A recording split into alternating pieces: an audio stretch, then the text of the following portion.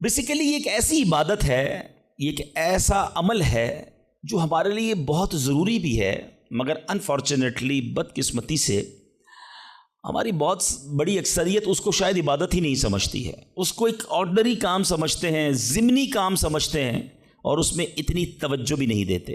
اور اگر آج آپ توجہ سے پورا بیان سنیں گے تو آپ ریئلائز کریں گے کہ میں نے جس عبادت کی طرف آپ کی توجہ دلانی ہے وہ صرف نارمل عبادت نہیں، بلکہ حدیث میں اس کو برین آف عبادہ، مخ العبادہ کہا گیا۔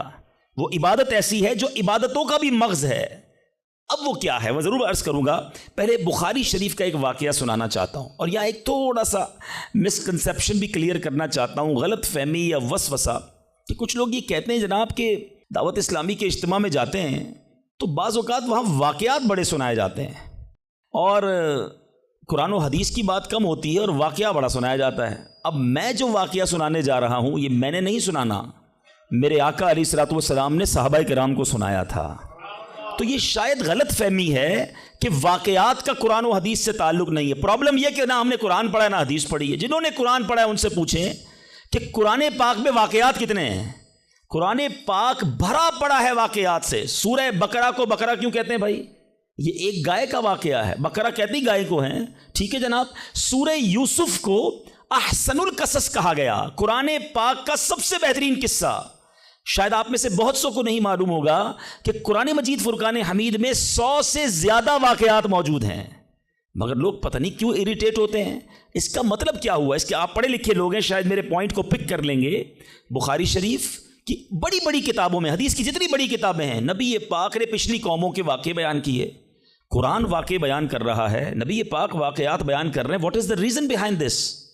اس کا مطلب یہ ہے کہ انسان کو اللہ نے جس طریقے سے بنایا ہے نا، ہمارا ذہن واقعے کو جلدی قبول کرتا ہے، ہم اسٹوری کے ذریعے بات جلدی سمجھتے ہیں، اور آج ماڈرن سائنس اس بات کو پک کرنے میں کامیاب ہوئی ہے۔ اللہ کا کلام ہمارے پاس 1450 سال سے موجود ہے۔ آج جائیے اسکول کالجز کے اندر، آج بڑے بڑے پروفیسر اس نتیجے پر پہنچے ہیں کہ جناب بچوں کو اگر کوئی بات سکھانی ہے تو کوئی اسٹوری کے ذریعے سکھانی ہوگی، کسی پوئم کے ذریعے سکھانی ہوگی، کوئی واقعہ بیان کرے تو بات دل میں گھر کر جائے گی۔ آج ماڈرن سائنس اس بات پر پہنچی ہے، میرا قرآن اور نبی کی حدیثیں ان واقعات سے بھری ہوئی ہیں۔ تو آج میں وہ واقعہ سنانے جا رہا ہوں جو بخاری شریف میں موجود ہے۔ اللہ کے حبیب علیہ الصلوۃ والسلام نے صحابہ کرام کو سنایا، اور امیزنگ کمال کا واقعہ ہے، اور یہی میرے آج کے ٹاپک کا یوں سمجھیے سینٹرل آئیڈیا ہے۔ آپ کو اندازہ ہو جائے گا کہ میں کیا بیان کرنا چاہتا ہوں، اور اس واقعے سے ہمیں بہت کچھ سیکھنے کو ملے گا۔ بخاری شریف میں ہے، حضرت عبداللہ ابن عمر رضی اللہ تعالیٰ عنہ سے مروی ہے، کہتے ہیں میں نے پیارے آقا علیہ الصلوۃ والسلام کو فرماتے سنا۔ میں سمری خلاصہ اس حدیث کا عرض کروں گا کہ اگلے زمانے میں 3 شخص کہیں جا رہے تھے، رات کا وقت تھا، سونے کے لیے انہوں نے ایک غار کا انتخاب کیا، اور ایک غار میں جا کر وہ آرام کرنے لگے۔ اس زمانے میں موٹیل اور ہوٹل تو ہوتے نہیں تھے کہ رات ہو گئی تو چلو کسی ہوٹل میں جا کے آرام کر لیں، کوئی غار دیکھا اور وہیں سو گئے پہاڑ کے اندر۔ ہوا کیا کہ وہ سوئے اور پہاڑ کی ایک چٹان جو ہے وہ اوپر سے گری، اور اس پہاڑ کا جو منہ تھا اس پر چٹان آ کر گر گئی، کلوز، دروازہ کلوز ہو گیا۔ اس زمانے میں موبائل فون نہیں تھا کہ اندر پھنسے ہوئے کسی کو بتاتے کہ ہم اندر پھنس گئے، وہ اندر ہو گئے، اور دروازہ جو اس غار کا منہ تھا وہ چٹان سے بند ہو گیا۔ نبی پاک علیہ الصلوۃ والسلام فرماتے ہیں کہ اب ان تینوں نے کیا کیا؟ انہوں نے کہا کہ اب ایک ہی ہتھیار بچتا ہے، کسی کو بتا تو سکتے نہیں، آؤ اللہ کریم کی بارگاہ میں دعا کرتے ہیں۔ دعا مومن کا ہتھیار ہے، یہی میرا آج کا ٹاپک ہے۔ دیکھو بخاری شریف کی حدیث میں آقا فرما رہے ان تینوں نے کام کیا کیا؟ پھنس گئے تھے، کوئی چارہ نہیں تھا، اللہ کو پکارتے ہیں۔ تینوں نے فیصلہ کیا ایسا کرتے ہیں، تینوں نے کوئی زندگی میں اچھا کام کیا ہونا تو اس اچھے کام کا وسیلہ پیش کر کے، اس اچھے کام کے صدقے سے اللہ کی بارگاہ میں دعا مانگتے ہیں۔ بخاری شریف کی حدیث سے یہ عقیدہ کلیئر ہو رہا ہے کہ وسیلے سے دعا مانگی جا سکتی ہے۔ اچھا جناب، پہلے بندے نے کیا کیا؟ اللہ کی بارگاہ میں دعا کی کہ یا اللہ میرے والدین بہت بوڑھے تھے، جب میں جنگل سے بکریاں چرا کر لاتا تو دودھ دو کر سب سے پہلے اپنے والدین کو پلاتا، اس کے بعد اپنی بیوی اور اپنے بچوں کو پلاتا۔ اے اللہ ایک دن ایسا ہوا کہ میں دودھ دھو کر آیا، لیٹ ہو گیا، آیا تو والدین سو گئے تھے، بچوں کو بھوک بھی لگی تھی، مگر میرے عشق نے، ادب والدین نے گوارا نہ کیا کہ ماں باپ سے پہلے بیوی بچوں کو دودھ پلاؤں، ساری رات انتظار کرتا رہا، اپنے والدین کے انتظار میں کھڑا رہا۔ میرے ادب نے یہ بھی نہ مجھے اجازت دی کہ والدین کو جگا دوں کہ آپ دودھ پی لیجئے، میں آ گیا ہوں۔ میں سرہانے کھڑا رہا، اے اللہ اگر میں نے یہ کام تیری رضا کے لیے کیا، ساری رات میں کھڑا رہا ماں باپ کے ادب میں، صبح ہو گئی تو میرے مولا اس مصیبت سے ہمیں چھٹکارا دے دے، اے اللہ اس غار سے ہمیں نکال دے۔ اس بندے نے دعا ختم کی، آقا فرماتے وہ پتھر تھوڑا سا سرک گیا۔ وہ پتھر جو کرین سے نہ ہلے، وہ چٹان آٹومیٹکلی دعا جو ہے اثر رکھتی ہے، پتھر سرک گیا، مگر اتنی جگہ نہ بنی کہ بندے باہر نکل جائیں۔ اب دوسرے کی باری آئی، اس نے اللہ کی بارگاہ میں دعا کی، مولا اے رب کریم، میرے چچا کی ایک بیٹی تھی، لڑکی تھی، میری کزن تھی، اور میں اس پر بڑا عاشق تھا، بڑا محبوب رکھتا تھا اس کو، لیکن وہ میرے قریب نہیں آتی تھی، مجھے اپنے پاس نہیں بیٹھنے دیتی تھی۔ اب ایک بار وہ لڑکی کسی وجہ سے کسی مصیبت میں گرفتار ہو گئی، قحط میں گرفتار ہوئی، کھانے پینے کو پیسے نہیں تھے۔ وہ میرے پاس آئی اور آ کر کہا کہ مجھے مدد کر دو، تم میرے کزن ہو، مجھے بڑی ضرورت ہے۔ اب چونکہ پہلے سے مجھے وہ پسند تھی، ارادہ برا تھا، تو میں نے اس لڑکی کو کہا ٹھیک ہے جو تم مانگتی ہو میں دے دوں گا، مگر تم مجھے اپنا آپ حوالے کر دو، برا کام میرے ساتھ کرو۔ بیچاری مجبور تھی، میرے ساتھ وہ برائی کے لیے تیار ہو گئی۔ یا اللہ جب میں اس کے ساتھ قریب ہوا، وہ اللہ کی بندی مجھے کہتی ہے کہ اللہ سے ڈر اور ناجائز طور پر یہ کام نہ کر، میں تیرے لیے حلال نہیں ہوں۔ جب اس عورت نے، یہ لڑکی نے مجھے یہ بات کہی، کوئی اور دیکھنے والا نہیں تھا، میں اکیلا تھا، قابو تھا میرا اس عورت پر، مگر جب اس لڑکی نے مجھے تیرا خوف دلایا، اے اللہ فقط تیرے خوف سے میں پیچھے ہٹ گیا۔ اے میرے مالک، کام اکیلے میں کیا تھا، آج پھنس گیا ہوں، اگر یہ کام میں نے تیری رضا کے لیے کیا ہے، اے رب کریم آج اس مصیبت سے نکال دے۔ وہ پہاڑ تھوڑا اور سرک گئے، وہ چٹان اور سرک گئی۔ آقا فرماتے ابھی بھی اتنی جگہ نہ بنی کہ بندے باہر نکل جائیں۔ اب تیسرے بندے کی باری تھی، ہاتھ اٹھائے، اللہ کی بارگاہ میں عرض کی کہ یا اللہ میں نے ایک بار کچھ کام کیا، چند مزدوروں کو مزدوری پہ رکھا، کام کر کر ایک مزدور ایسا تھا جو مزدوری لیے بغیر چلا گیا، بھول گیا اپنا جو حق تھا وہ لینا، بھول گیا، چلا گیا۔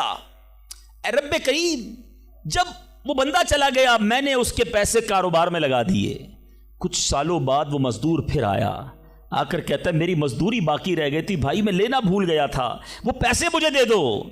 تو میں نے اس مزدور سے کہا کہ تم اتنا بڑا ریوڑ جانوروں کا دیکھ رہے ہو، گائے بکریاں یہ سب تمہاری ہیں؟ اس نے کہا یہ ساری میری کیسے ہو سکتی ہیں؟ کہا بھائی جو تمہارے پیسے تھے میں نے کاروبار میں لگائے، کاروبار میں اللہ نے اتنی برکت ڈال دی ہے کہ یہ حصہ تمہارا ہے۔ وہ حیران ہوا، پریشان ہوا، یقین نہ آیا، مگر پھر جب میں نے کہا یہ تیرا ہی ہے، وہ مزدور سارے جانور لے گیا۔ اے میرے مالک جو میں نے ایمانداری کی، میں نے امانت میں خیانت نہ کی، اگر یہ کام میں نے تیری رضا کے لیے کیا ہے، اے اللہ اس مصیبت سے جان چھڑا دے۔ حدیث کے الفاظ ہیں وہ پہاڑ اور سرک گیا، اب اتنا راستہ بن گیا کہ وہ تینوں باہر نکل گئے۔ میٹھے میٹھے اسلامی بھائیوں، یہ میں پھر دوبارہ ریپیٹ کر رہا ہوں، not talking about from myself، میں اپنی طرف سے کوئی کسی کہانی کی بک سے آپ کو واقعہ نہیں سنا رہا، میں نے ایک حدیث پاک کی سب سے بڑی کتاب، اصح الکتاب بعد القرآن کہا جاتا ہے، صحیح ترین کتاب قرآن کے بعد جس کو کہا جاتا ہے وہ بخاری شریف ہے، میں نے نبی پاک کی حدیث آپ کے سامنے رکھی ہے، 3 باتیں سیکھنی ہیں اس میں سے، ٹھیک ہے؟ پہلا بندے نے کیا کام کیا؟ اللہ سے کیا عرض کی کہ والدین کا ادب کیا تھا، میرے مولا میں نے ماں باپ کی خدمت کی، اللہ کی بارگاہ میں یہ عمل کتنا مقبول ہوا کہ اس سے مصیبت دور کر دی گئی۔ میں ہر ٹاپک پر بہت دیر تک گفتگو کر سکتا ہوں، لیکن ظاہر ہے کہ مجھے ایک وقت کے اندر اپنا بیان کمپلیٹ کرنا ہے، میں بہت مختصر بات کر کے آگے بڑھ جاؤں گا۔ وہ لوگ جن کے ماں باپ حیات ہیں، خدا کی قسم یہ رب کی بہت بڑی نعمت ہے، ہمیشہ ان کی قدر کرنا۔ ماں باپ کا جو فرما بردار ہے وہ دنیا میں بھی کامیاب ہے اور آخرت میں بھی کامیاب ہے۔ ایک حدیث کا مضمون ہے، جس سے ماں باپ راضی اس سے اس کا رب راضی، جس کے ماں باپ اس سے ناراض اس سے اس کا رب ناراض۔ یاد رکھنا میرے بھائیوں، وہ میرے نوجوانوں جن کے ماں باپ حیات ہیں، ان کی قدر کرو، ان کی دعائیں لو، خدا کی قسم اس کو کامیابی سے کوئی نہیں روک سکتا جس کے ساتھ ماں باپ کی دعائیں ہیں، اور اس شخص کو بربادی سے کوئی نہیں روک سکتا جس کے ماں باپ اس سے ناراض ہیں۔ دنیا میں اور بہت سارے گناہ ہیں، ہر گناہ کی سزا، اس کا رزلٹ، اس کا عذاب جو ہے وہ بندے کو مرنے کے بعد پتہ چلتا ہے، مگر ماں باپ کی نافرمانی وہ گناہ ہے کہ جس کا عذاب بندے کو دنیا میں دکھایا جاتا ہے۔ جو ماں باپ کا نافرمان ہوتا ہے نا، اس کی اولاد دنیا میں اس کی نافرمان ہوتی ہے۔ آج آپ بہت سارے اسلام بھائی پرچیاں بھی دیتے ہیں، دعائیں بھی کرواتے ہیں۔ میں آپ کو ایک مشورہ دیتا ہوں، ادھر ادھر دعائیں مت کراؤ۔ جس کے پاس ماں ہے نا، اپنی ماں کے قدموں میں بیٹھ جاؤ۔ خدا کی قسم، ماں دل سے دعا کر دے طوفان ٹل جایا کرتے ہیں۔ بھول گئے آپ کہ جنت میں موسیٰ کا پڑوسی بنا دیا اللہ نے؟ ایک کسائی کو ماں نے دعا دی تھی، اللہ نے موسیٰ کا جنت میں پڑوسی بنا دیا۔ تو ماں باپ کی ادب کریں، نافرمانی نہ کریں۔ دوسری بات، بڑی اہم بات ہے، بڑے نوجوان بیٹھے ہیں یہاں پر، آج جو بے حیائی کا دور ہے، آج جو بدکاری کا دور ہے، آج جو سوشل میڈیا نے ہماری آنے والی نسلوں کو برباد کر کے رکھا ہے، فلموں نے، ڈراموں نے، ماڈرنزم نے، حیا ختم ہوتی جا رہی ہے۔ اس نوجوان نے کیا کیا تھا؟ اکیلا تھا، اس لڑکی پر قابو تھا، مگر جب خوف خدا طاری ہوا تو وہ موقع چھوڑ کر اللہ کے لیے الگ ہو گیا۔ بتائیے آج ہمارا کیا حال ہے؟ نیک نمازی دکھنے والے بھی اکیلے میں جب ہوں، اللہ نہ کرے گناہ کا موقع مل جائے، پھر اب بندہ بچتا ہے۔ ہم سوچے تو صحیح کہ ہم گناہ کرتے وقت یہ خیال تو رکھتے ہیں کوئی دیکھ نہ لے، دروازہ بند کر دو، لائٹ آف کر دو، کہیں اور چلتے ہیں، یا تو جاننے والے رہتے ہیں۔ ارے جدھر جا رہے ہو ادھر کا رب کوئی اور ہے کیا؟ اللہ ہر حال میں دیکھ رہا ہے۔ کاش یہ جملہ میرے اور آپ کے دل پر نقش کر جائے۔ جب حرام کرنے کو جی چاہے، جب گناہ کرنے کو جی چاہے، جب بے حیائی کرنے کو جی چاہے، اے میرے نوجوانوں، نہ کرو اپنی نوجوانی کو برباد ان بے حیائیوں کے کاموں میں۔ یہ اللہ کو ناراض کرنے والا، جہنم میں جانے والا کام ہے۔ حفاظت کرو اپنی، شیطان کے واروں سے بچاؤ اپنے آپ کو۔ اور اس کی بڑی وجہ یہ سوشل میڈیا ہے، یاد رکھیے گا۔ پہلے نگاہ بہکتی ہے، پھر دل بہکتا ہے، پھر شرمگاہ بہکتی ہے۔ یہ امیر اہل سنت جو ہے نا، جو بانی دعوت اسلامی ہے، فاؤنڈر آف دعوت اسلامی، بیسیکلی یہ نباز ہیں۔ ان کو جتنی دنیا کی مزاج شناسی ہے، وہ نعرہ کیوں لگاتے ہیں؟ اکثر نظریں جھکی رہیں گی۔ شاید بہت سو کو سمجھ نہیں آتا کہ یہ نیچی نگاہوں کی بات کیوں کرتے ہیں۔ آج کے دور میں جہاں ہر طرف بے پردگی ہے، ہم پاکستان کی ساری خواتین کو برقع نہیں پہنا سکتے، مگر اپنی نظروں کو تو نیچا کر سکتے ہیں نا، اپنی نگاہوں کو تو حیا کی چادر اڑا سکتے ہیں۔ تو خدا را اگر حرام سے بچنا ہے، گناہوں سے بچنا ہے، تو پہلے نگاہیں جھکائیے، پہلے آنکھوں سے حرام نہ دیکھیے۔ اور اب تیسری بات، اس حدیث میں جو بندے نے دعا کی تھی، تھوڑی سی مزدوری باقی رہ گئی، اور اس بندے نے مزدور کا حق کیسے ادا کیا کہ تھوڑے پیسوں کے لاکھوں واپس کیے۔ مگر آج کیا حال ہے؟ آج کوئی پیسے بھول جائے تو ہم کہتے ہیں چلو جان چھوٹی میرے ہو گئے ہیں۔ کاروبار میں، حساب کتاب میں اگلے کی مسٹیک ہے، ہمیں پتہ ہے کہ یہ غلطی کر رہا ہے، اس نے پیمنٹ دی تھی، لکھی نہیں ہے، مگر ہمیں معلوم ہوتے ہوئے ہم نہیں بتاتے۔ یار اچھا بھول گیا، میرے ہو گئے نا، ہیں؟ کسی کا مال دباتے ہوئے نہیں سوچتے، کسی کے پیسے کھاتے ہوئے، قرضہ لے کر لوگ کہتے ہیں جاؤ وصول کر سکتے ہو تو کر لو۔ یاد رکھیے، امام اہل سنت فرماتے ہیں جو کسی کے 3 پیسے جان بوجھ کر دبا لے، I'm not talking about millions rupees، آج لاکھوں روپے لوگ ہڑپ کر جاتے ہیں، ہزاروں ہڑپ کر جاتے ہیں۔ سنو، اعلیٰ حضرت فرماتے ہیں جو کسی کے 3 پیسے دبا لے، اس کو قیامت کے دن ان 3 پیسوں کے بدلے 700 با جماعت مقبول نمازیں دینی پڑ جائیں گی۔ کدھر سے لائیں گے ہم 700 نمازیں با جماعت مقبول؟ ایک ایک روپیہ لوگوں کو واپس کیجئے، بھول گیا ہے آپ جا کر لوٹائیے، یاد دلائیے اسے، ایسے معاف نہیں ہوگا۔ آج لوگ کہتے ہیں میرا بگاڑ ہی نہیں سکتا کوئی، ٹھیک ہے، آج آپ کا کوئی نہیں بگاڑ سکتا، بڑے روب والے ہیں، بڑا عہدہ ہے آپ کے پاس، آپ چودھری ہیں، آپ کسی علاقے کے بڑے ہیں، منسٹر ہیں، کونسلر ہیں، واٹ ایور، لیکن آج اگر وہ مظلوم آپ کا کچھ نہیں بگاڑ سکتا نا، یاد رکھنا کل اللہ مظلوم کے ساتھ ہوگا، قیامت کے دن مظلوم کا ہاتھ ہوگا اور ظالم کا گریبان ہوگا، اس دن حساب دینا پڑے گا۔ تو خدا را اگر زندگی میں کسی پر ظلم ہو گیا ہے، اگر زندگی میں کسی کا حق دبا لیا ہے، اسے نہیں پتا، اب جا کر لوٹائیے یا تو معاف کروائیے، ورنہ قیامت کے دن مہنگا پڑ جائے گا۔ بہرحال میں پھر آتا ہوں اپنے ٹاپک کی طرف، اور وہ میرا ٹاپک آج ہے دعا۔ تو پتہ چلا کہ دعا یہ مومن کا ہتھیار ہے، مگر آج بڑا عجیب معاملہ ہے کہ دعا میں ہمارا وہ کنسنٹریشن نہیں ہوتا، دعا میں وہ توجہ ہی نہیں ہوتی۔ ہم شاید نماز بھی پڑھ لیں، تلاوت بھی کر لیں، جب دعا کی باری آتی ہے ہم اس کام کو بڑا آرڈنری سمجھتے ہیں. ہم سمجھتے ہیں ٹھیک ہے امام صاحب دعا کرا رہے ہیں ہم بھی آمین کہیں, کبھی ادھر دھیان ہے کبھی ادھر دھیان ہے, خیال کہیں اور ہے. نہیں میرے میٹھے اسلامی بھائی, ذرا دعا کی اہمیت سمجھو. دعا ہے کیا؟ دعا کس کی بارگاہ میں بات ہو رہی ہے پتہ ہے آپ کو؟ کس سے بات ہو رہی ہے؟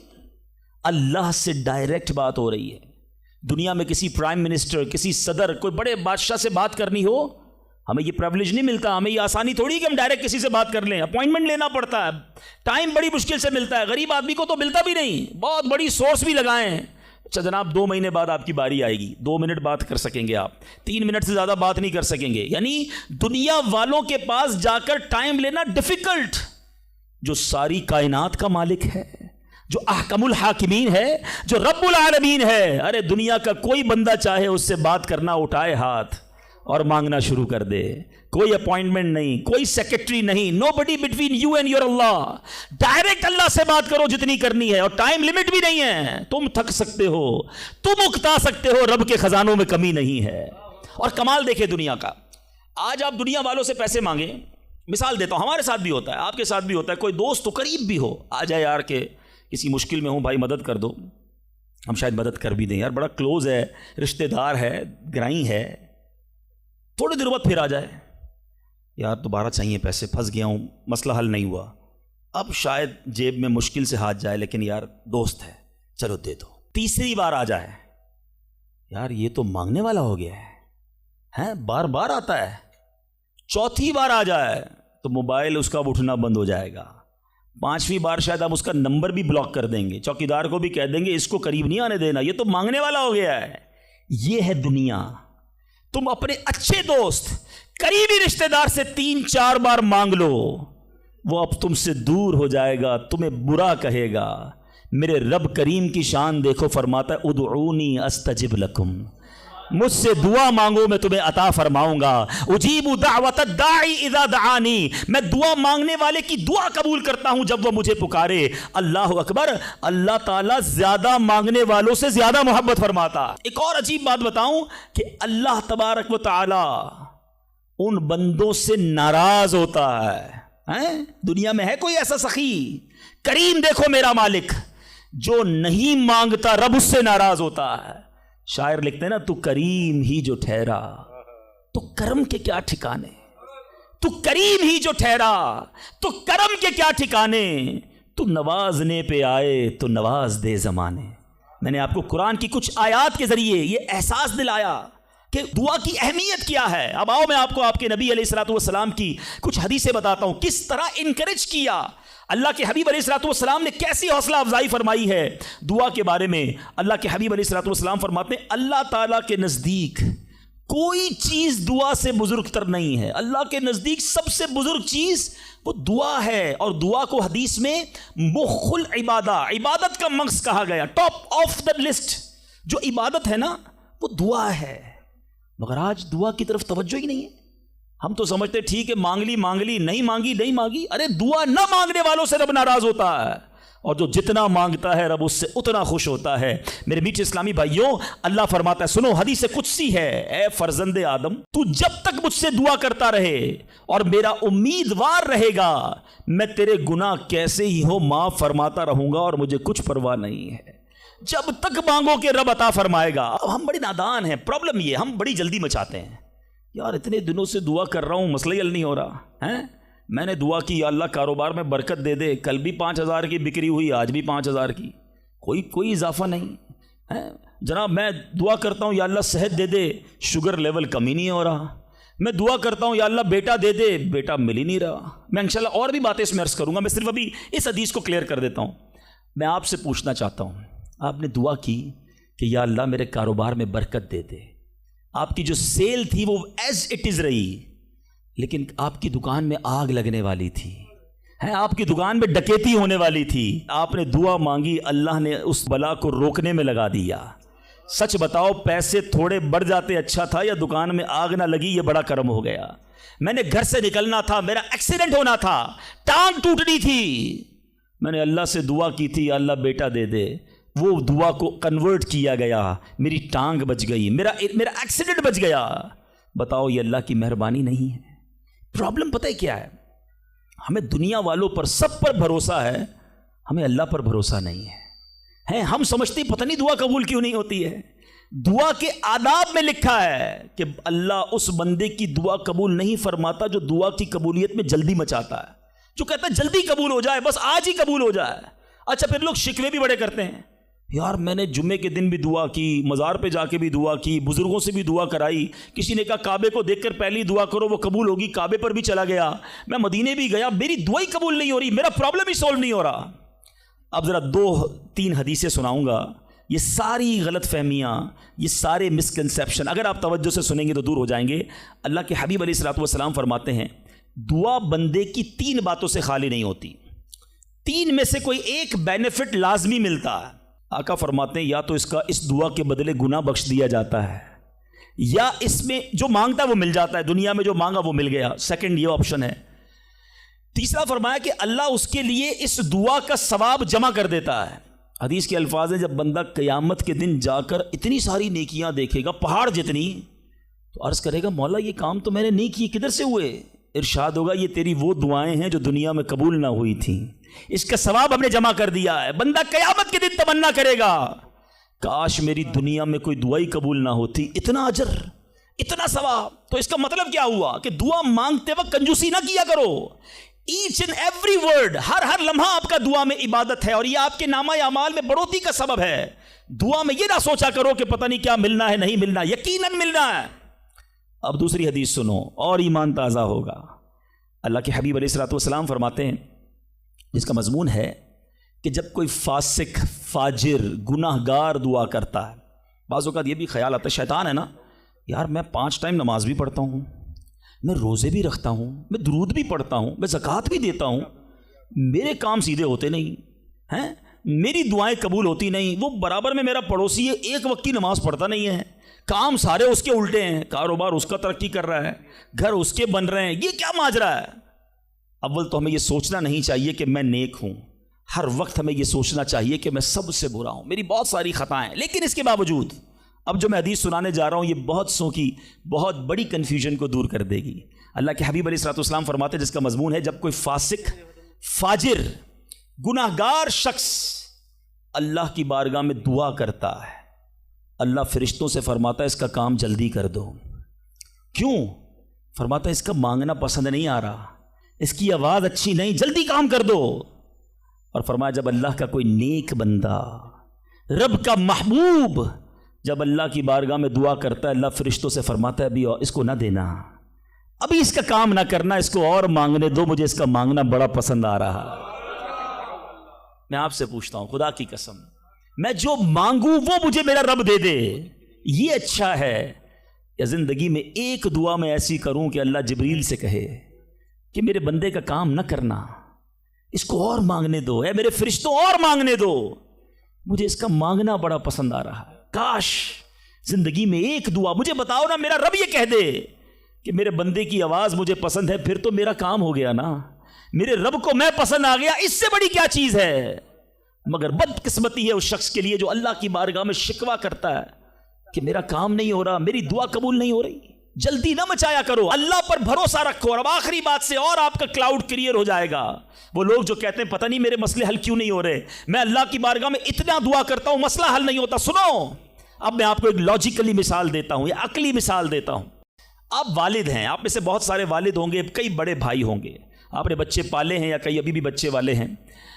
میں آپ سے سوال کرتا ہوں, آپ کا چھوٹا بیٹا ہو, اسمال چائلڈ, بیمار ہو جائے, گلا خراب, فلو, شدید کھانسی, اب وہ بچہ آپ سے ضد کرے کہ ابو جان میں نے آئس کریم کھانی ہے, میں نے ٹھنڈا شربت پینا ہے, کھانسی بھی ہو رہی ہے, بتائیے آپ پلائیں گے اس کو؟ جواب دیجئے. سب منع کر رہے ہیں نہیں پلائیں گے نا. اچھا اب وہ بچہ رونا شروع کر دے, آپ کے بالکل سامنے بیٹھے چیخے مار رہا ہے, رو رہا ہے, آپ کا ایک دوست بھی ساتھ بیٹھا ہے, وہ ابھی آیا, دیکھا بچہ رو رہا ہے آئس کریم کے لیے, باپ کہہ رہا نہیں کھلاؤں گا. اب دوست کیا کہے گا, یار کیسے والد ہو, بچہ رو رہا ہے کھلا دو نا آئس کریم. اس کو پتہ نہیں ساری بات, تو آپ اس کو کیا رپلائی دیں گے؟ آپ کہیں گے میں والد ہوں, مجھے پتا ہے بچے کو کب کیا دینا ہے, ابھی آئس کریم کھلا دوں گا تو گلا خراب ہو جائے گا, یہ اور بیمار ہو جائے گا. اس کو آئس کریم دینا اس سے محبت نہیں ہے, دشمنی ہے. ایسا ہی ہے, ذرا بات میرے ساتھ رہیے گا. اب بڑی دل پر ہاتھ رکھ کر میری بات سننا. تم والد ہو, تمہیں پتا ہے بچے کو کب کیا دینا ہے. میرے خالق کو نہیں پتا مجھے کب کیا دینا ہے.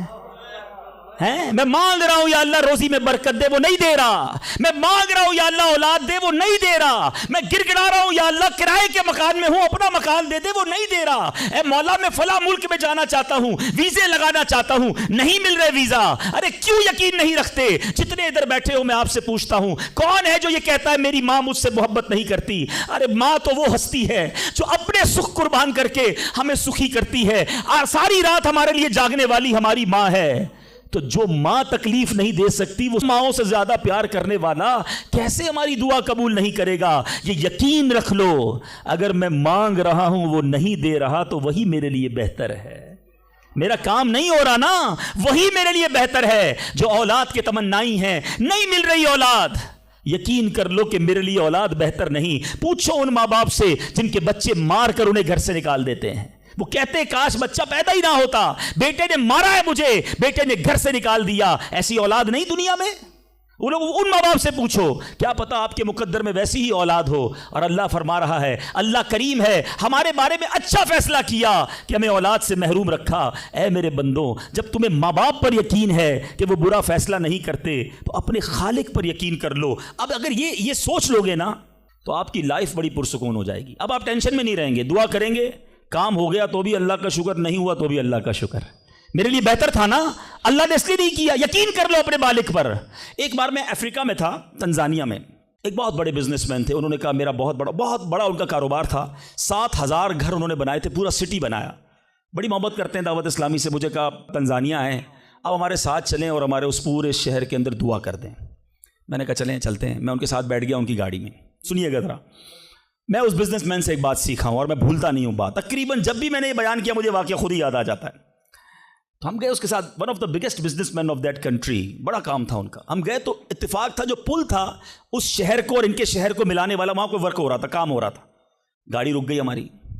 وہ بڑا آدمی تھا, اس نے کئی لوگوں کو فون کیا, بھائی ہماری گاڑی کو نکلنے دے. کہا نہیں صاحب گاڑی نہیں نکل سکتی, پل پر کام ہو رہا ہے, ٹریفک کلوز. بہت کوشش کی اس نے, نہیں ہوا. ہم واپس آ گئے. جب ہم واپس آئے تو مجھے لگا کہ یار اس کو بیچارے کو دل چھوٹا ہو جاتا ہے نا انسان کا, بڑی محبت سے لے کر گیا اور لے ہی نہیں جا سکا. تو میں نے کہا آپ گھبرائیں نہیں, اس میں کوئی خیر ہوگی, اللہ خیر کرے گا. میں ان کو تسلی دے رہا ہوں. یار اس بندے نے جو جملہ کہا نا, وہ کہتا ہے بھائی میری زندگی کا ایک دستور ہے, جب میرا کام ہو جاتا ہے نا تو میں ایک بار اللہ کا شکر ادا کرتا ہوں, نہیں ہوتا تو 2 بار اللہ کا شکر ادا کرتا ہوں. میں شاکڈ ہو گیا. میں نے کہا آپ نے کیا کہا, دوبارہ کہیے. وہ بزنس مین ہے, مولوی, کوئی عالم دین نہیں تھے, لیکن مجھے سکھا گیا وہ بندہ. میں نے کہا دوبارہ کہیے. وہ کہتا ہے جب میرا کام ہو جاتا ہے نا میں ایک بار اللہ کا شکر ادا کرتا ہوں, جب نہیں ہوتا تو میں 2 بار اللہ کا شکر ادا کرتا ہوں. میں نے کہا یہ کیوں؟ کہتے نہیں کس نے کیا, کام نہیں ہوا تو کس کی مرضی سے ہوا, ہم دونوں کا جانا وہاں ٹھیک ہی نہیں تھا. جب ہی روڈ بند ہو گیا, اللہ نے جو کیا میرے مالک نے بہتر کیا. میں نے کہا یار آپ کمال کی شخصیت ہو. میں اتنا خوش ہوا اس بندے سے. یہ فارمولہ یاد کر لو, لائف پرسکون ہو جائے گی. جو مانگو مل جائے یا اللہ تیری مہربانی, جو نہ ملا یا اللہ پھر بھی تیری مہربانی. تو میرے ماں سے زیادہ مجھے چاہنے والا ہے, بہتر تھا جبھی تو نہیں دیا. تو بہرحال میرے میٹھے اسلامی بھائیوں, دعا میں کنجوسی نہیں, دل و جان سے مانگو, ٹھیک ہے. اچھا اب دعا کے کچھ آداب بھی سن لیں. دعا قبول نہ ہونے کا ایک سبب حرام روزی بھی ہے. حدیث کے الفاظ ہیں حرام خور کی دعا قبول نہیں ہوتی. بندہ حرام بھی کھا رہا ہے, سود کا کام بھی کر رہا ہے, ملاوٹ بھی کر رہا ہے, جھوٹ بول کر روزی بھی کما رہا ہے, کہتا ہے دعا کیوں قبول نہیں ہوتی. ایک بار حضرت موسیٰ علیہ نبینا علیہ الصلوۃ والسلام نے ایک شخص کو دیکھا, بڑا رو رہا تھا, بڑا گر گڑا رہا تھا, یا اللہ میری دعا قبول کر لے, یا اللہ میری دعا قبول کر لے. حضرت موسیٰ نے دیکھا, اللہ سے عرض کی مولا تیرا بندہ کتنا رو رہا ہے, گر گڑا رہا ہے, میرے مالک اس کی دعا قبول کر لے. ارشاد ہوا اے موسیٰ یہ اتنا روئے کہ روتے روتے مر جائے, اتنے ہاتھ اٹھائے کہ اس کے ہاتھ آسمان کو چھو لیں. اے موسیٰ میں نے اس کی دعا قبول نہیں کرنی. عرض کی مولا کیا وجہ ہے؟ ارشاد ہوا اے موسیٰ یہ کھاتا حرام ہے, اس جو لباس پہنا یہ حرام ہے. سوچئے اللہ کے نبی سفارش کر رہے ہیں اللہ اس کی دعا قبول کر لے, مگر حرام کھانے والے کی دعا قبول نہیں ہوتی. اپنی روزی پاکیزہ کرو. آپ میں سارے چاہتے ہیں نا مستجاب الدعوات بن جائیں. مستجاب الدعوات کے معنی کیا ہے؟ جس کی ساری دعائیں قبول ہوں, سب چاہتے ہو نا. حضرت سعد بن ابی وقاص نے پیارے آقا سے سوال کیا, کیا بیوٹیفل کویسچن کر لیا، ہمارے کام سیدھا ہو گیا۔ آقا سے عرض کی یا رسول اللہ میں مستجاب الدعوات بننا چاہتا ہوں، آئی وانٹ ٹو بی اے مستجاب الدعوات۔ نبی پاک نے کوئی لمبا چوڑا، آپ کو تو پورا سلیبس دیا جاتا ہے نا، پی ایچ ڈی کرنا ہے تو اتنی کتابیں پڑھو، ایم بی بی ایس کرنا ہے تو اتنی کتابیں پڑھو، لیکن مستجاب الدعوات تو کمال ہو گیا نا، اس سے بڑی ڈگری ہے کوئی؟ جو دعا مانگو وہ مل جائے، کوئی بڑا سلیبس نہیں دیا نبی پاک نے، اتنے سال روزے رکھو، اتنی تلاوت کرو، اتنے سجدے کرو، اتنے طواف کرو۔ سنو، ایک لائن میں میرے آقا نے جواب دے دیا، فرمایا اے سعد اپنے لقمے پاکیزہ کر لو تو مستجاب الدعوات ہو جاؤ گے۔ دیٹس اٹ، غذا پاکیزہ ہو، آپ کی دعائیں قبول ہونا شروع ہو جائیں گی۔ ایک اور بڑی اہم بات جو مسٹیک کر جاتے ہیں وہ کیا ہے کہ ہم دعا کے اندر فوکس نہیں کرتے۔ یاد رکھیں، اللہ غافل دل کی دعا نہیں سنتا، یاد رکھیے گا۔ مثال کے طور پہ ہم دعا کرتے وقت آمین، ابھی ادھر دیکھ رہے ہیں، آمین آمین آمین، بات اللہ سے کر رہے ہو اور دھیان کہیں اور ہے۔ اس کو میں آپ کی اگزامپل دیتا ہوں، آپ میں سے کئی ٹیچرز بیٹھے ہوں گے، پروفیسر بیٹھے ہوں گے، سیٹھ بیٹھے ہوں گے، والد بیٹھے ہوں گے، آپ کا اسٹوڈنٹ آپ کے سامنے بیٹھا ہے، آپ کا بیٹا آپ کے سامنے بیٹھا ہے، آپ کا ماتحت آپ کے سامنے بیٹھا، آپ اس کو بڑا کوئی بات سمجھا رہے ہیں، بیٹا دیکھو یوں کرنا ہے یوں کرنا ہے، وہ کبھی ادھر دیکھے کبھی ادھر دیکھے، کبھی موبائل نکال لے، کیسا لگے گا آپ کو؟ کمال ہے یار، میں تم سے بات کر رہا ہوں اور تمہارا دھیان کہیں اور ہے، توجہ سے سنو۔ آپ کو برا لگتا ہے آپ کا بچہ آپ کی بات نہ سنے، تم رب کی بارگاہ میں ہاتھ اٹھا کر دھیان کہیں اور ہے، کدھر سے دعا قبول ہوگی؟ یہ بے ادبی ہے۔ بارگاہ الہی میں حاضر ہیں تو بس فوکس، پتا چلے میں کس کے دربار میں ہوں، آنکھیں جھکی ہوں، ادب سے بندہ بیٹھے وضو کر کے، ہیں اس کا خیال مالک کے دربار کی طرف ہو کہ غلام ایک مجرم بادشاہ کے دربار میں ہاتھ اٹھائے بھکاری بن کر حاضر ہوا ہے، پھر دیکھیں کیسے عطا ملتی ہے۔ ایک اور مسٹیک دعا قبول نہ ہونے کا ایک سبب، اور وہ ہے یقین۔ ایک بڑا پرابلم یہ ہے، بندہ کہتا ہے یار چلو مانگ لیتے ہیں، باقی ہوتی نہیں اپنی دعا قبول ہے۔ روایتوں کا مضمون ہے جو بندہ یہ کہے نا کہ دعا پتہ نہیں قبول ہوگی یا نہیں، اس کی قبول ہی نہیں ہونی ہے، وہ نہ مانگے۔ یقین چاہیے، وہ بلیف چاہیے، وہ یقین ساتھ ہو تو پھر دعا عرش تک جاتی ہے۔ ایک واقعہ مجھے یاد آیا، ایک بار ایک گاؤں میں بارش نہیں ہو رہی تھی، بڑا زبردست قحط، گاؤں والوں نے طے کیا چلو مل کر ذرا دعا کرتے ہیں، نماز استسقاء وغیرہ پڑھتے ہیں، گاؤں کے سارے لوگ جمع ہوئے، ہزاروں کا مجمع۔ کئی سالوں سے اس گاؤں میں بارشیں نہیں ہوئی، پتے پتے کو، بوند بوند کو لوگ ترس رہے، قحط۔ ایک نوجوان، ایک ینگسٹر آیا، ہاتھ میں اس کی چھتری ہے، سارے گاؤں والے ہنسنے لگے کہ اللہ کے بندے، کئی سالوں سے ایک قطرہ پانی کا نہیں گرا، تم چھتری لے کر آئے ہو۔ اس نوجوان نے کمال کا جواب دیا کہ جس سے مانگنے آئے ہیں وہی تو برسانے والا ہے۔ اب اگر اس نے برسا دی تو کیا بھیگتے ہوئے جاؤں گا؟ اب ہوا یہی، کتاب میں لکھا سب نے دعا مانگی، نوجوان کے یقین کی برکت سے دعا کے دوران موسلا دھار بارش شروع ہو گئی، سارا گاؤں بھیگتے ہوئے گیا، نوجوان چھتری کے نیچے چلتا ہوا جا رہا ہے۔ یقین ہوگا تو کام ہوگا، دعا پر یقین نہیں، اللہ پر ہی یقین نہیں ہے تو کام کیسے ہوگا؟ یہ تو چند میں نے آداب بیان کر دیے۔ اب میں دو بڑی اہم باتیں کرنا چاہتا ہوں کہ دعا جو ہے نا ماں باپ کی، وہ بڑی امپورٹنٹ ہے۔ بعض اوقات ہم سمجھتے ہیں کہ یار کام نہیں ہو سکتا میرا، بڑا ٹپیکل ہے، میں بڑی مشکل میں پھنس گیا ہوں، میرے مسائل بہت ہیں، یہ مسئلہ حل ہو ہی نہیں سکتا، میں اتنے بڑے قرضے میں آ گیا ہوں کہ وہ قرضہ کیسے اترے گا؟ میں ساری زندگی نوکری کرتا رہوں، قرضہ تو نہیں اترنا، میری یہ بیماری ڈاکٹر کہتے ٹھیک ہی نہیں ہوگی۔ یہاں آ کر ہمارا کانفیڈنس شیک ہو جاتا ہے، ہم اللہ سے بھروسہ اٹھا لیتے ہیں، ہمیں لگتا ہے نہیں یار یہ پرابلم سالو نہیں ہو سکتا۔ آج ایک بات سیکھ کر جانا، جو پرابلم آپ کے سامنے بہت بڑا ہے نا، وہ آپ کے لیے بڑا ہے۔ ان اللہ علی کل شیء قدیر، میرا مالک جب چاہے جیسے چاہے حکم فرمائے اور مسئلہ حل ہو سکتا ہے۔ اب میں آپ کو اس کو لاجیکلی سمجھاتا ہوں۔ ایک آپ نے دیکھا ہوگا آپ کے گھر میں چونٹیاں چلتی ہیں، بعضوں کا چونٹیاں ہوتی ہیں نا، اب چونٹی جا رہی ہے، آپ اس کے سامنے سیب رکھ دیں، اب چونٹی کی طرف رہ کر سوچیں، چونٹی دیکھے گی اتنی بڑی چیز سیب، چونٹی کے لیے وہ سیب پہاڑ ہے، چونٹی ہٹا سکتی ہے اس کو؟ نہیں، وہ کیا کرے گی؟ کھڑی رہے گی یا تو راستہ بدل دے گی، یار اتنی بڑی چیز سامنے آ گئی میں تو کچھ نہیں کر سکتی، وہی سیب آپ واپس اٹھا کے جیب میں رکھ لیں، چونٹی کا راستہ کلیئر؟ بات سمجھ رہے میری؟ سیب چونٹی کے لیے کیا تھا؟ پہاڑ، آپ کے لیے کیا ہے؟ سیب، آپ نے اٹھایا واپس جیب میں رکھ لیا، چونٹی کے سامنے سے پہاڑ ہٹ گیا۔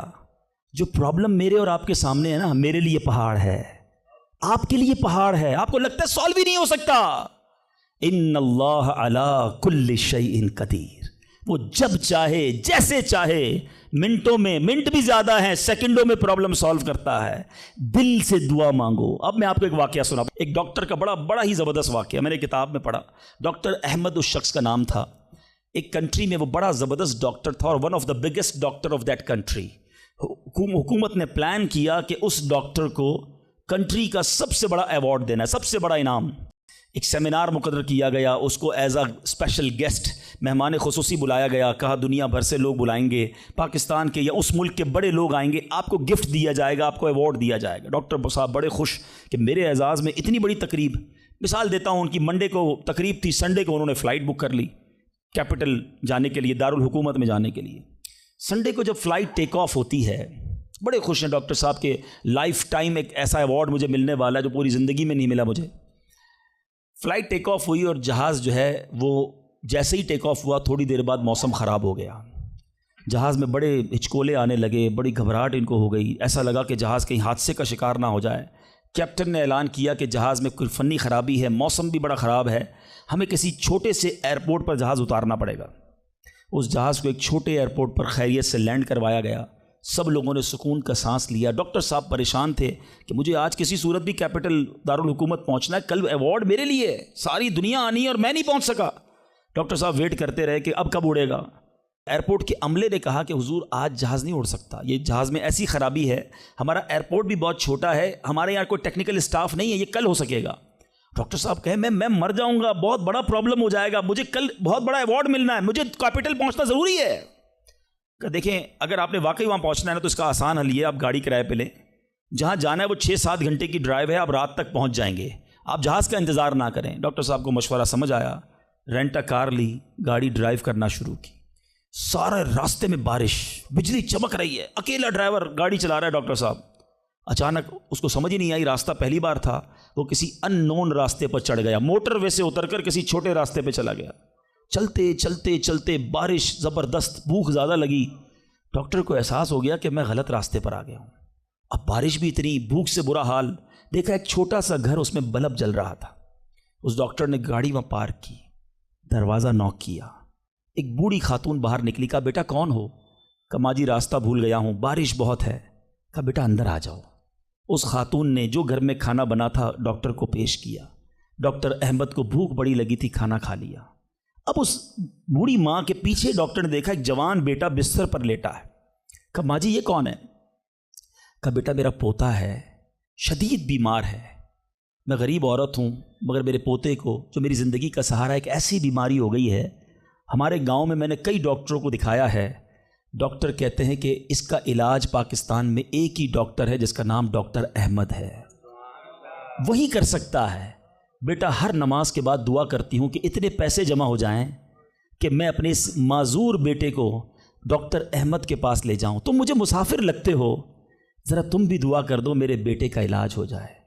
ڈاکٹر احمد دسترخوان پر بیٹھ کر رونے لگا، کہتا ہے ماں جی میرے جہاز کا خراب ہونا، چھوٹے ایئرپورٹ پر اترنا، میری گاڑی کا راستہ بھولنا اور آپ ہی کے دروازے پر آ کر کھڑے ہونا، یہ فقط آپ کی دعاؤں کا ثمرہ ہے، میں ہی ڈاکٹر احمد ہوں، آج آپ کے گھر میں آ گیا ہوں، میں آپ کے بیٹے کا علاج کروں گا۔ یہ ہے دعا۔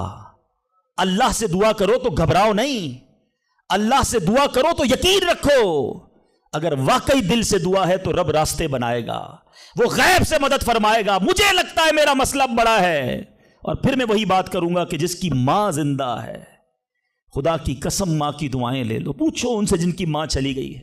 آج جس کی ماں نہیں نا، وہ کس سے دعائیں کروائے، وہ کس سے التجائیں کروائے؟ سفر پہ ہوتے تھے تو پیچھے کوئی تھا جو مصلی بچھا کر دعا کرتا تھا، ہر تھوڑے دنوں بعد پیغام آتا تھا بیٹا کدھر پہنچے، بیٹا طبیعت کیسی ہے؟ ارے ماں سوچو تو صحیح، بیٹے کا کام تھا ماں سے پوچھنا کہ ماں تمہاری طبیعت کیسی ہے، ماں پوچھتی ہے بیٹا تم کیسے ہو۔ ہم نے راتوں کو اٹھ کر ماں کو جگایا، ماں پیٹ میں درد ہے، کبھی ماں نے ہمیں بتایا کہ میرے پیٹ میں درد ہے؟ بیٹا اپنی تکلیفیں سہتی رہی، اپنی تکلیفیں سہتی رہی، مگر ہمیں راحتیں پہنچاتی رہی۔ لے لو دعائیں، یہ دعاؤں کا سائبان ہے، نہ کرو ماں کو تنگ، نہ کرو اسے پریشان، جتنی بھی بڑی پریشانی میں ہو نا ماں کے قدموں میں بیٹھ جاؤ کہ ماں میرے لیے دعا کر دے۔ تمہاری ماں نے دعا کر دی نا، یہ عرش تک جاتی ہے۔ اور ایک اور بات بتا دوں، کچھ دعائیں وہ ہیں جو ہم کہتے ہیں ماں دعا کر دو، ابو دعا کر دی، یہ الگ بات ہے، وہ کرتے ہیں۔ اتنی خدمت کرو کہ کہنا نہ پڑے، ماں خود دعا کرے یا اللہ میرے بیٹی کی خیر کر دے، ماں والد خود دعا کرے یا اللہ میرے بیٹے کے بگڑے کام بنا دے، پھر دیکھو کیا ہوتا ہے تمہارے ساتھ۔ اور آخری بات آج کے بیان کی کہ کبھی کسی کی بد دعا نہ لینا۔ دعا اثر رکھتی ہے نا تو بد دعا بھی اثر رکھتی ہے۔ ہائے جو ہوتی ہے نا دل سے نکلتی ہے، وہ برباد کر دیتی ہے انسان کو۔ اگر آپ کو لگتا ہے نا کہ یار میرا چلتا کاروبار خراب ہو رہا ہے، میری زندگی میں پرابلم شروع ہو گئی ہیں، میرے گھر میں بڑی خوشیاں تھیں، آہستہ آہستہ چیزیں خراب ہو رہی ہیں، فوراً چیک کرو کسی پر ظلم تو نہیں کیا، کسی کی ہائے تو نہیں لی۔ ایک بار میں نے ایک واقعہ، اسی کتاب میں یہ واقعہ بھی پڑھا کہ ایک مچھیرا تھا اور ایک پولیس والا کوتوال اس مچھلی بازار میں گیا اور اس نے دیکھا بڑی تازہ مچھلی مچھیرا بیچ رہا ہے۔ کہا کتنے کی ہے دکھاؤ ذرا۔ اس نے کہا صاحب اتنے 100 روپے کی ہے۔ کہا کبھی ہم نے کسی کو پیسے دیے؟ مچھلی چھینی اور چلا گیا۔ وہ غریب مچھیرا بڑی چیخیں ماری کہ بھائی میری روزی ہے، میں نے آج بچوں کے لیے کھانا لے کر جانا ہے، مگر اس پولیس والے نے نہیں سننا تھا، وہ اس مچھلی کو لے کر چلا گیا۔ مچھلی اتنی فریش تھی کہ وہ پھڑک رہی تھی۔ اسی پھڑکنے کے دوران اس مچھلی نے اس پولیس والے کے انگوٹھے پہ کاٹ لیا۔ نارمل سا تھا معاملہ تھا، گھر آ گیا، گھر آیا، بیوی کو کہا مچھلی پکاؤ، فریش فش لایا ہوں، مگر تھوڑی دیر بعد انگوٹھے میں درد شروع ہو گیا۔ اور آپ جانتے ہیں انفیکشن کس کو کہتے ہیں، چیزوں کا خراب ہونا کس کو کہتے ہیں۔ اس کے انگوٹھے میں شدید پین شروع ہو گیا، بہت درد۔ کھانا بعد میں کھاؤں گا، پہلے دوست ڈاکٹر ہے اس کے پاس جاتا ہوں۔ اس کے پاس گیا، کہا ڈاکٹر صاحب دیکھیں یہ انگوٹھے میں کیا ہو گیا ہے، بہت لال ہو گیا، بہت درد ہو رہا ہے۔ کہا اس میں زہر پھیل گیا ہے، ابھی ابھی ڈیسائیڈ کرو ورنہ یہ انگوٹھا نہیں کاٹو گے تو ہاتھ کاٹنا پڑے گا۔ کہا اچھا، ہاں۔ انگوٹھا کٹوایا، گھر آیا، بڑا افسردہ کہ انگوٹھا ہی کٹ گیا۔ ابھی دسترخوان پر بیٹھا تو ہتھیلی میں درد شروع ہو گیا، ہتھیلی لال ہونا شروع ہو گئی، بڑی بڑی تکلیف۔ پھر گیا ڈاکٹر کے پاس کہ ڈاکٹر صاحب آپ نے کہا تھا انگوٹھا کٹوا دو، ہتھیلی بچ جائے گی، ہتھیلی بھی لال ہو گئی۔ کہ بیٹا اس میں بھی انفیکشن ہو گیا ہے، فوری فیصلہ کرو، میری عقل کام نہیں کر رہی، ورنہ ایسا نہ ہو تمہارا پورا بازو کاٹنا پڑے۔ مرتا کیا نہ کرتا، ہتھیلی کٹوائی، پھر گھر آیا، پٹی بندی بھی ہاتھ پہ، آنکھوں میں آنسو ہیں، تڑپ کے لیٹا، لیکن رات چین سے نیند نہ آئی، ہاتھ میں درد ہونا شروع ہو گیا، پورا ہاتھ لال ہو گیا، پریشان۔ ڈاکٹر کے پاس جانے والا تھا، اس کا ایک دوست بڑا سمجھدار تھا، وہ دیکھ رہا تھا کہ شام انگوٹھا کٹوایا، پھر ہتھیلی کٹوائی، اب ہاتھ کے لیے تڑپ رہا ہے۔ کہہ رہے ایک بات بتاؤ، آج تمہارے ساتھ کوئی واقعہ ہوا ہے کیا؟ تم نے کوئی کام کیا ہے؟ کہتا ہاں، میں ایک غریب مچھیرے سے مچھلی چھین کر آیا ہوں، وہ روتا رہا، میں اس کا جواب میں نے نہیں دیا۔ وہ دوست بڑا سمجھدار تھا، کہ جلدی کرو اس مچھیرے سے معافی مانگو ورنہ ایک ایک کر کے پورا جسم کٹ جائے گا۔ راتوں رات دونوں دوست بھاگے، اس مچھیرے کا گھر ڈھونڈا، آدھی رات کو اس کے گھر پہنچے، اور اس پولیس والے نے ہاتھ جوڑ کر کہا کہ دیکھو میرا ہاتھ کٹ گیا ہے، مجھے اللہ کے واسطے معاف کر دو۔ اور مزے کی بات یہ ہے غریب کا دل بہت بڑا ہوتا ہے، ظلم بھی ہوا تھا پھر بھی اس نے کہا جا میں نے تجھے معاف کیا۔ اس دوست بڑا سمجھدار تھا، اس نے مچھیرے کو پکڑ لیا، کہا ایک بات تو بتاؤ، جب یہ تم سے مچھلی چھین کر گیا تم نے کچھ کہا تھا کیا؟ کہتا ہاں میں نے اللہ کی بارگاہ میں دعا کی تھی، کہ یا اللہ میں کمزور ہوں، یہ بندہ مجھ پر ظلم کر کے میرے بچوں کی روزی لے گیا ہے، میں اس کا کچھ نہیں بگاڑ سکا، اے اللہ میرا بدلہ تو نے لینا ہے، اے اللہ میرا بدلہ تیرے ذمہ ہے، اب تو اپنی قدرت سے میرا بدلہ لیجیو۔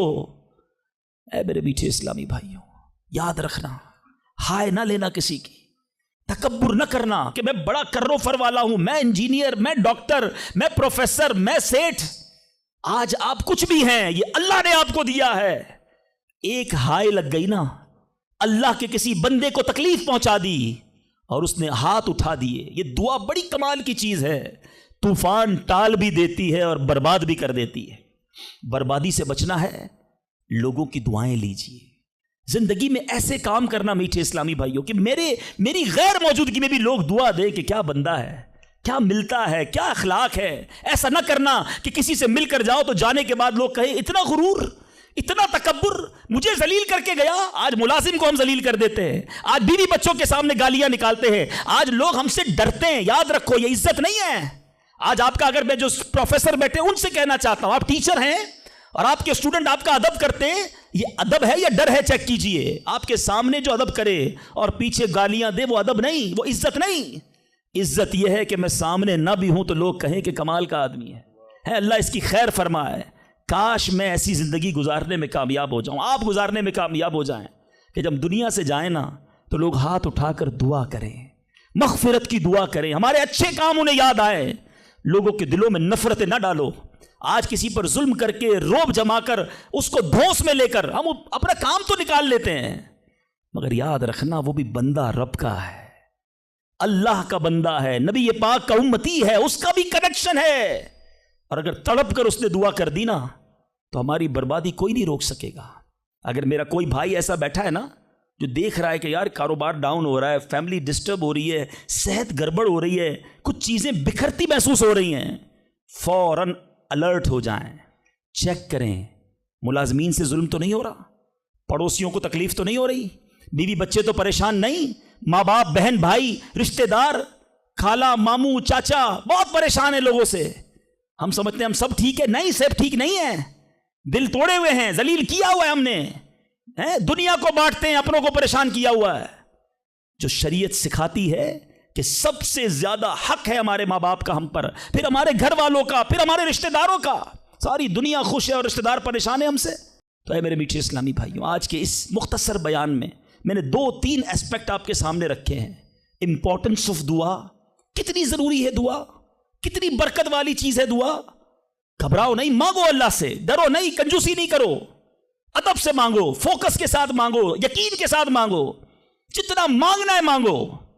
اور دوسری بات، حرام سے بچنا ہے تاکہ دعائیں قبول ہوں. اور نہ ملے تو شکوہ نہیں، ہر حال میں اللہ کا شکر ادا کرنا ہے. اور آخری بات، ہائے نہیں لینی، تکلیف نہیں پہنچانی. اللہ تعالیٰ مجھے اور آپ کو مسلمانوں کا خیر خواہ بنا دے، مسلمانوں کے دلوں میں خوشی داخل کرنے والا بنا ہے. اور یہی دعوت اسلامی کا میسج ہے. ہم میلاد منانے جمع ہوئے ہیں، نبی پاک کے گویا میلاد کا مہینہ آ گیا. کیا کیا میرے آقا نے ساری زندگی؟ محبتیں، پیار، نرمی، شفقت، جانوروں کے ساتھ اچھا سلوک.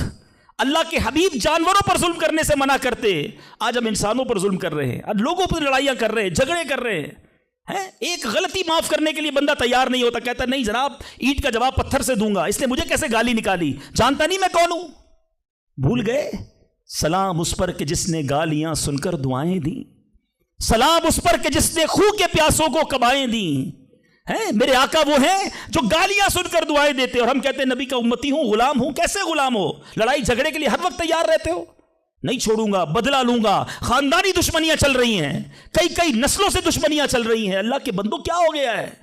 ہم اس نبی کے امتی ہیں کہ جنہوں نے قاتلانہ حملہ کیا، اللہ کے حبیب نے انہیں بھی معاف فرما دیا، اور ہم معاف کرنے کے لیے تیار نہیں ہیں. ایک آخری روایت سن لو، کاش دل میں اتر جائے میری بات.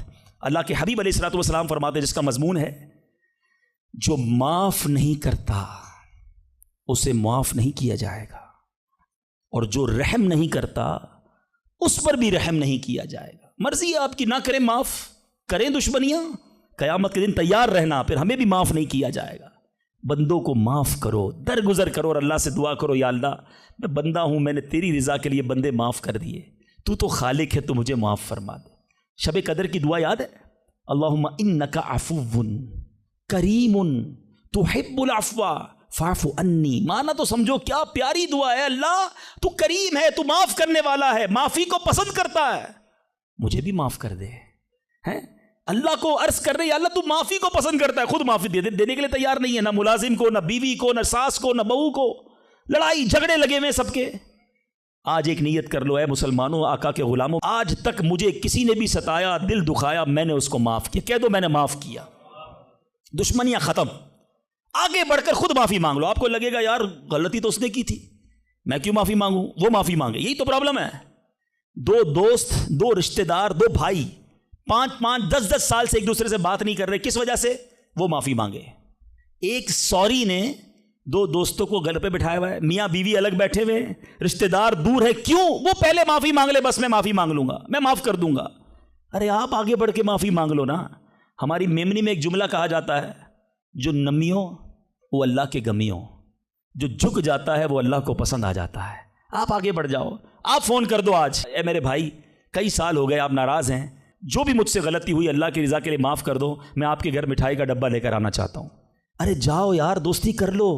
یہ رشتہ دار, یہ پیار کرنے والے دنیا میں ویسے ہی تھوڑے ہوتے ہیں, ان تھوڑوں سے ہی ہم نے دشمنیاں لگائی ہوئی ہیں. تھوڑی لائف ہے, پیار سے گزارو, محبت سے گزارو, ختم کر دو دشمنیاں, پھر دیکھو انشاءاللہ